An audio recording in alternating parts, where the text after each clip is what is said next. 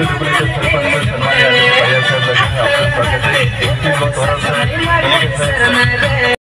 आपल्या सगळ्यांचं मनापासून स्वागत करते।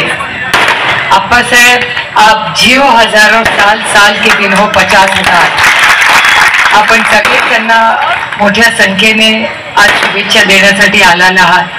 खरंच अतिशय निष्ठेने राष्ट्रवादी काँग्रेस पक्षाला अतिशय शांततेने कितीही संघर्ष असेल, कितीही अडचण असेल तरी अतिशय शांततेने, म्हणजे डोक्यावर बर्फ आणि तोंडात साखर आणि मनात फक्त खरेपणा याचं जिवंत उदाहरण म्हणजे एखादा नेता, सहकारी, पदाधिकारी कसा असावा तर तो अप्पासाहेबांसारखा असावा। अतिशय वैचारिक, कधीही तडजोड त्यांनी केलेली नाही। काँग्रेसचा, राष्ट्रवादी काँग्रेस पक्षाच्या विचाराबरोबर ते कायम राहिले आणि हे कुटुंबाचं खूप मोठं योगदान दौंडच्या या अनेक वर्षाच्या सेवेमध्ये राहिलेले। वडिलांवरही अनेक वर्ष जबाबदारी होती, तेव्हाही अप्पासाहेबांनी त्यांच्या मागून त्यांना प्रचंड साथ दिली आणि मग पंचायत समिती असू दे, जिल्हा परिषदचं इलेक्शन असू दे, विधानसभा असू दे, लोकसभा असू दे किंवा कुठल्या जबाबदारीचं काम असू दे, तेव्हा अप्पासाहेबांनी नेहमीच अतिशय चांगल्या पद्धतीने जबाबदारीने जे काम केलंय त्याचं कितीही कौतुक केलं तरी कमीच आहे। अतिशय साधेपणाने तुम्ही गावात त्यांच्या बरोबर गेला तर 3-4 लोक, कधी दिखावा नाही, 10 गाड्यांचा ताफा नाही, कधीच नाही।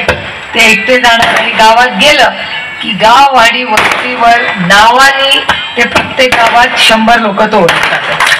त्यामुळे खूप सर्वसामान्य मायबाप जनतेच्या बरोबर एक प्रेमाचं नातं हे अप्पासाहेबांनी नेहमी जपलेलं आहे आणि गेल्या 1-1.5 वर्षामध्ये काय काय झालंय तुम्हाला माहितीच आहे। आणि मग पक्ष, चिन्ह, ह्याच्यात अनेक गोष्टी, न्याय अन्याय, आता ते बोलण्यासाठी इथे आलेले नाही, पण ज्या पद्धतीने नवीन संघटना शून्यातून उभी केली आणि ती उभी करून लोकसभेच्या ज्या पद्धतीने तुम्ही सगळ्यांनी आदरणीय पवार साहेबांना आणि मला साथ दिली त्याबद्दल तमाम बारामती लोकसभा मतदारसंघ आणि दौंडकरांचे मी मनपूर्वक आभार मानते। तुमच्या समोर नतमस्तक होऊन या संघर्षाच्या काळात जी साथ तुम्ही दिली मी आयुष्यभर विसरणार नाही। 3 इलेक्शन लढले, हसत खेळत लढले, कधी काही विषय आले। पहिल्या इलेक्शनला तर तुम्ही असंच पास केलं, दुसऱ्या इलेक्शनला माझा आत्मविश्वास जास्त होता, धाकधूक होत आपली गाडी पास झाली। दुसऱ्या होणाऱ्या माणसाला जी साथ आपण दिली याबद्दल मी तुमचे मनपूर्वक आभार मानते आणि अप्पासाहेब आणि त्यांच्या कुटुंबाने या संघर्षाच्या काळात जी साथ राष्ट्रवादी काँग्रेस पक्षाच्या आम्हाला तर दिलीच, पण त्या शेवटच्या कार्यकर्त्याला जो धीर दिला तो पक्ष कधीही विसरणार नाही। कार्यकर्त्यांनी घोषणा नाही द्यायच्या तर काय चुकलं त्याचं मला सांगा।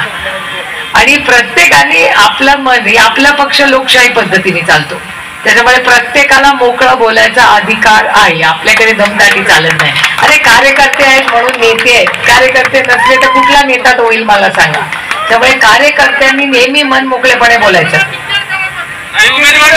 अधिकार नाही ना मला अजून पक्षात।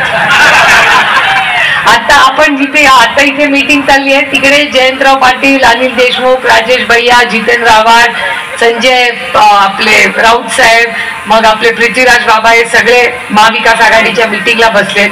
मी त्यांना सगळ्यांना विनंती केली आहे की बाबांनो काही निर्णय घ्या, तुम्ही कोण किती सीट लढणार आहे आपल्याला माहिती नाही, पण जो काही निर्णय घ्याल तो पुढच्या 1-2 दिवसातच घ्या, म्हणजे प्रत्येक एक वेळ आम्हाला सांगू नका, पण कॅन्डिडेटच्या कानात सांगून त्याला कामाला लावा।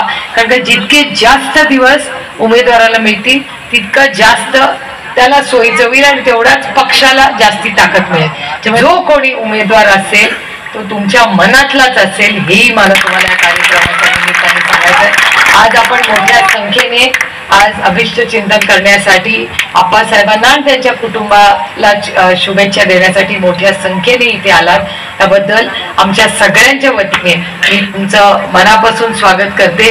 रामकृष्ण हरी।